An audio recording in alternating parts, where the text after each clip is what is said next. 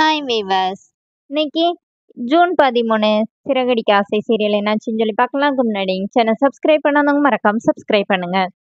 இன்னைக்கு என்ன அப்படின்னு சொல்லி பார்த்தீங்கன்னா, இங்க மனோஜ் மீனா பொய் சொல்லணும், இல்லைன்னா ஸ்ருதி பொய் சொல்லணும் அப்படின்னு சொல்றாருல. அப்போ ஸ்ருதி என்ன சொல்றாங்கன்னா, நான் எதுக்கு பொய் சொல்லணும்னு இப்போ மீனா சொல்றாங்க, இல்ல ஸ்ருதி நான் உங்ககிட்ட சொல்லிட்டு தான் போனேன்னொன்னே. அப்போ ஸ்ருதி என்ன சொல்றாங்கன்னா, இல்லை மீனா நீங்க என்கிட்ட சொல்லவே இல்லைன்னொன்னே. நீங்க குளிக்க போனீங்கல்ல அப்பதான் நான் சொன்னேன் அப்படின்னோடனே இப்போ ஸ்ருதி நினைச்சு பாக்குறாங்க. அப்ப அவங்க ஹெட்ஃபோன் மாட்டிட்டு யார்கிட்டயோ பேசிட்டு இருந்திருக்காங்க. அது தெரியாம மீனா பின்னாடி இருந்து சொன்ன மாதிரி. அப்புறமா அவங்க சிரிக்கிறாங்க.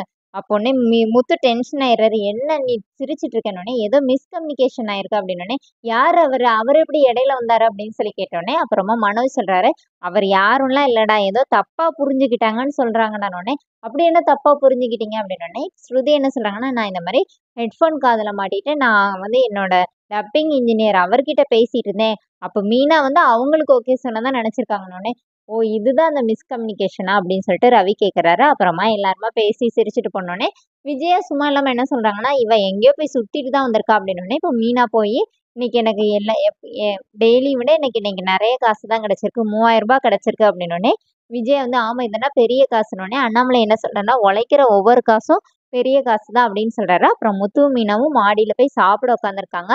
இப்போ முத்து மீனாக்கு பூ வச்சு விட்டு சாப்பாடெல்லாம் ஊட்டி விட்டு 2 பேருமா பேசிட்டு இருக்காங்க. அதுக்கு முன்னாடி என்ன ஆகுதுன்னா, மீனாவோட அம்மா வேற கால் பண்ணி கேட்குறாங்க. அப்போ முத்து இந்த மாதிரி அவ வந்துட்டாங்கிற விஷயத்த வீட்ல சொல்றாரு. அதே மாதிரி சத்யா கம்ப்ளைண்ட் கொடுத்த விஷயத்தையும் மீனா கிட்ட சொன்னோடனே, மீனா டென்ஷன் ஆகுறாங்க. அப்புறமா சரியாக சொல்லிட்டு, இப்போ மீனா என்ன சொல்றாங்கன்னா, நீங்க என்னை தேடி அழுததெல்லாம் நான் பார்க்காம மிஸ் பண்ணிட்டேனே, எங்கேயாவது ஓரமா நின்று பார்த்துருக்கணுன்னே.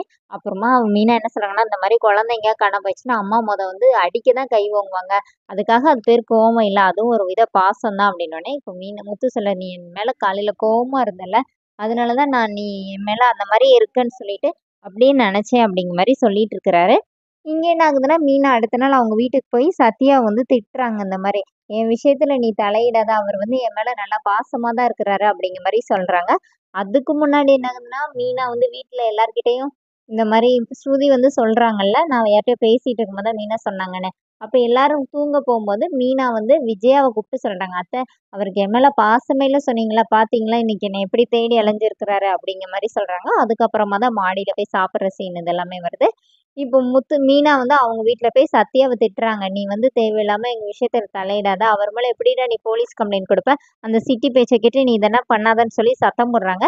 இப்போ சத்யா போய் சிட்டி கிட்ட போய் அதே மாதிரி சொல்றாரு, நம்ம இனிமே அக்கா மாமா விஷயத்துல தலையிட வேண்டாம், அவங்க நல்லா தான் இருக்காங்க போல, நம்ம தான் தேவையில்லாம அவங்க விஷயத்துல போய் தலையிடுறோம் போல அப்படிங்கிற மாதிரி சொன்னோடனே சிட்டி அப்படியே ஷாக் ஆகி நிக்கிறாரு. அதோட என்னோட எபிசோட் ரன் பண்ணிட்டாங்க. நாளைக்கு என்ன அப்படின்னா, மீனாவும் ஸ்ருதியும் பேசிக்கிறாங்க. இது விஜயா வெளியிலேருந்து கேட்குறாங்க. அப்போ உடனே மீனா என்ன கேட்குறாங்கன்னா, ஒருவேளை அத்தை உங்களை திட்டிட்டாங்கன்னா நீங்க என்ன பண்ணுவீங்க அப்படின்னோடனே, இப்போ ஸ்ருதி என்ன சொல்றாங்கன்னா, நானா சும்மா இருக்க மாட்டேன், அவங்க மட்டும் கையில கிடைச்சாங்க அவங்களால விடவே மாட்டேன், இந்த கரண்டி இருக்குல்ல கரண்டி, இதை அடுப்புல வச்சு அப்படியே ஒரு கிராஸ் போட்டு விட்டுருவேன் அப்படின்னு சொன்னோடனே இப்போ விஜய் ஐயோ அப்படிங்கிற மாதிரி வெளியில நிக்கிறாங்க. அதோட என்னோட எபிசோட் ரன் பண்ணியிருக்காங்க. தேங்க்யூ.